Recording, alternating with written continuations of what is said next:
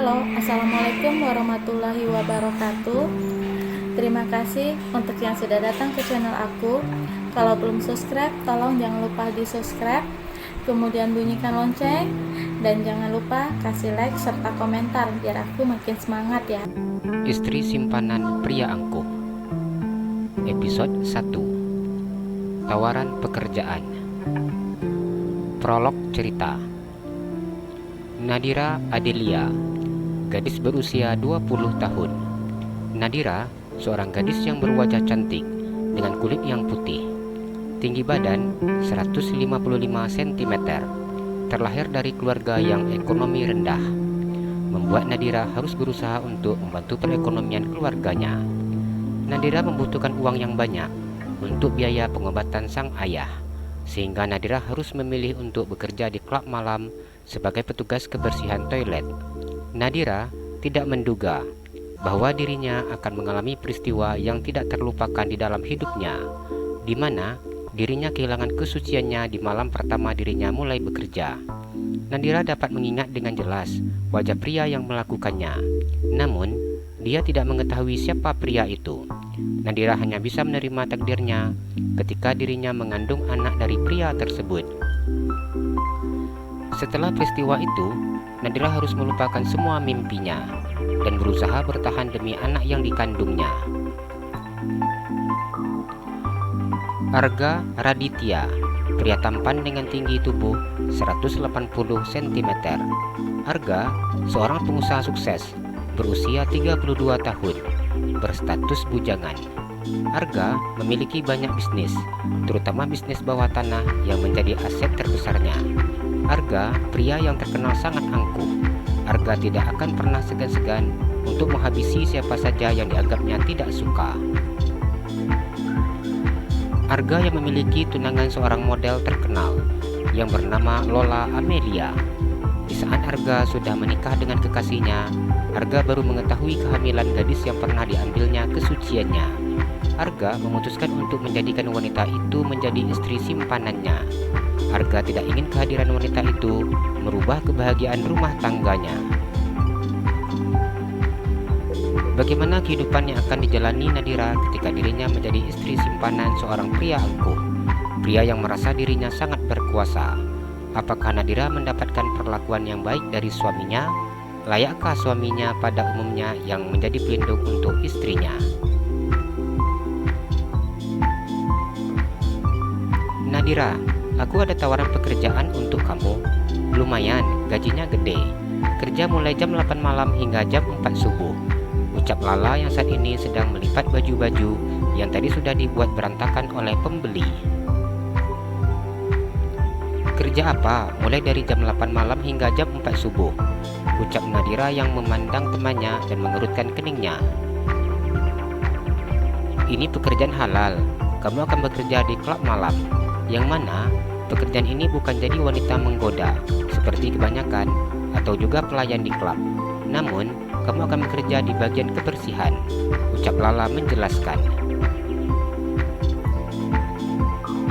Bagaimana kamu tahu bahwa di sana ada pekerjaan untuk aku? Ucap Nadira. Lala tersenyum memandang Nadira. Aku itu sudah lama bekerja di sana, ucap Lala yang mengecilkan suaranya. Kamu nggak pernah cerita? Ucap Nadira yang masih menatap wajah temannya. Iya, aku malas cerita tentang masalah pekerjaan aku ini. Aku mau ngomong karena kebetulan ada pekerjaan untuk kamu.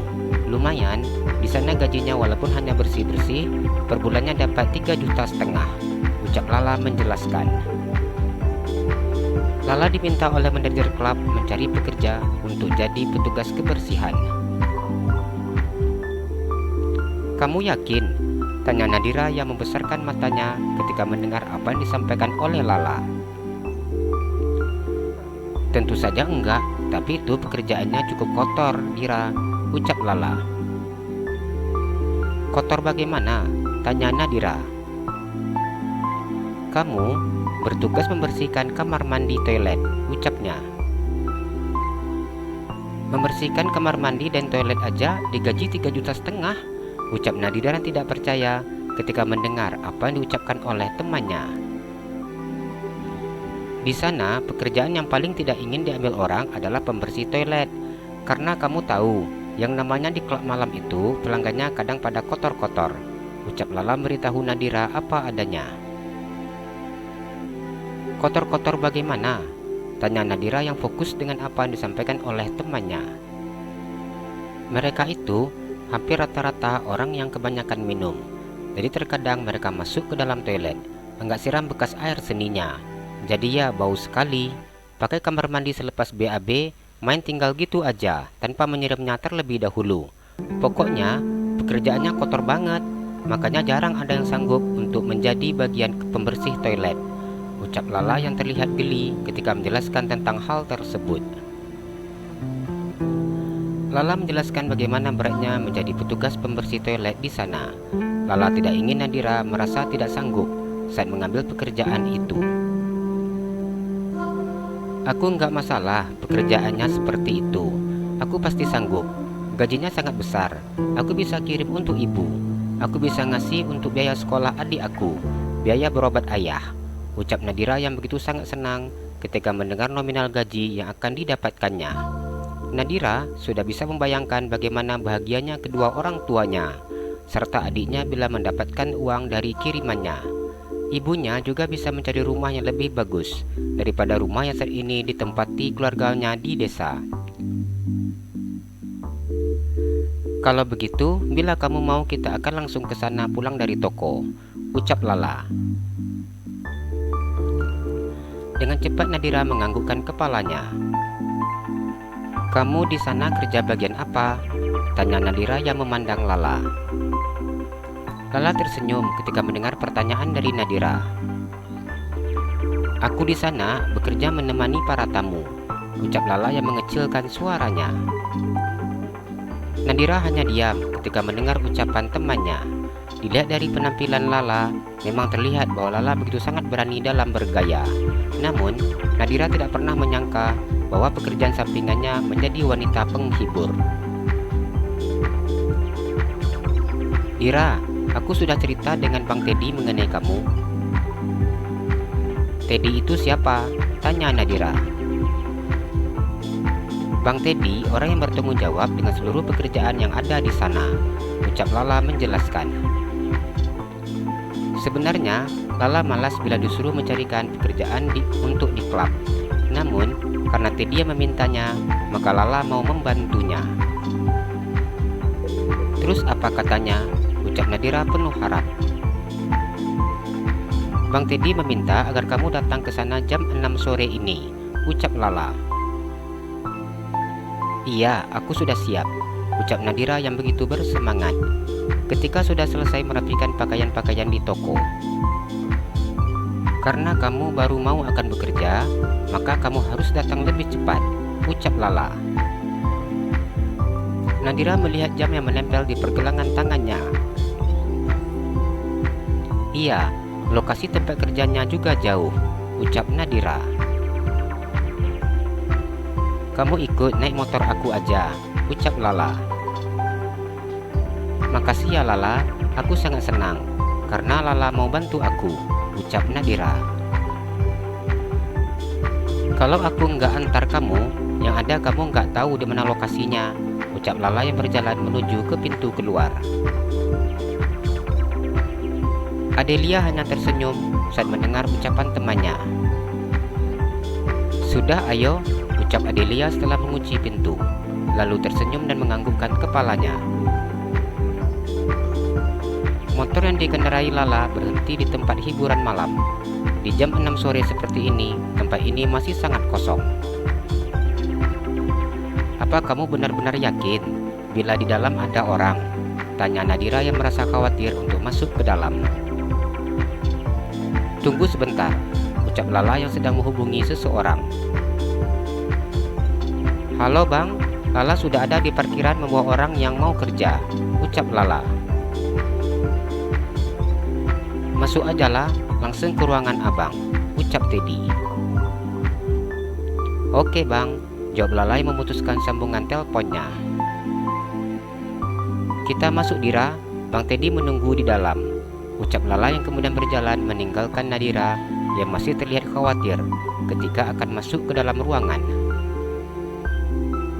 "Nggak pernah datang ke tempat seperti ini," ucap Lala yang memandang Nadira. "Belum, ini untuk yang pertama," ucap Nadira.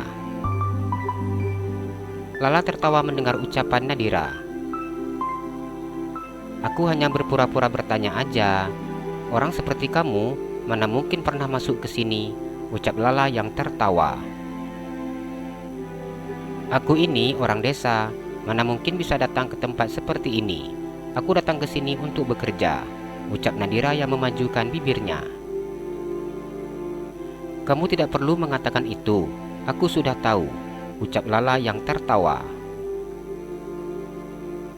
"La, tunggu," ucap Nadira yang mempercepat langkah kakinya mengejar Lala. "Kalau kamu tidak mau, sebaiknya kamu membatalkan niatmu," ucap Lala. Dengan cepat Nadira menggelengkan kepalanya. "Aku mau," ucapnya. Lala tersenyum dengan memiringkan bibirnya. Lala berjalan dari pintu belakang karena mereka para karyawan di sana tidak diperbolehkan untuk masuk dari pintu depan. "Kenapa tidak masuk dari pintu depan?" ucap Nadira. "Depan khusus yang bayar. Kita masuk ke sini enggak bayar, malah cari bayaran," ucap Lala. Nadira menganggukkan kepalanya. Lala berhenti di depan sebuah ruangan. "Ini ruangannya," ucapnya. Dengan cepat Nadira menggelengkan kepalanya. "Temani aku masuk ke dalam," ucapnya yang memegang tangan Lala. Nadira berharap Lala mau menemaninya untuk bertemu dengan pria tersebut. Lala menatap Nadira kemudian menganggukkan kepalanya. "Permisi bang, ini Lala," ucap Lala yang membuka pintu kerja Teddy. "Iya Lala cantik, masuk," ucap Teddy yang memandang Lala di ambang pintu. "Makasih Bang Ted," ucap Lala masuk ke dalam ruangan Teddy yang diikuti oleh Nadira di belakangnya. Teddy yang duduk di kursi kerjanya memandang Lala dan kemudian tatapannya berpindah ke Nadira. "La, apa yang mau bekerja dia?" ucap Teddy memandang Lala. Lala tersenyum dan menganggukkan kepalanya. "Iya Bang Teddy," ucapnya. Jalan-jalan ke Pekanbaru, jangan lupa beli sepatu. Kalau kamu suka channel aku, please subscribe aku. Terima kasih.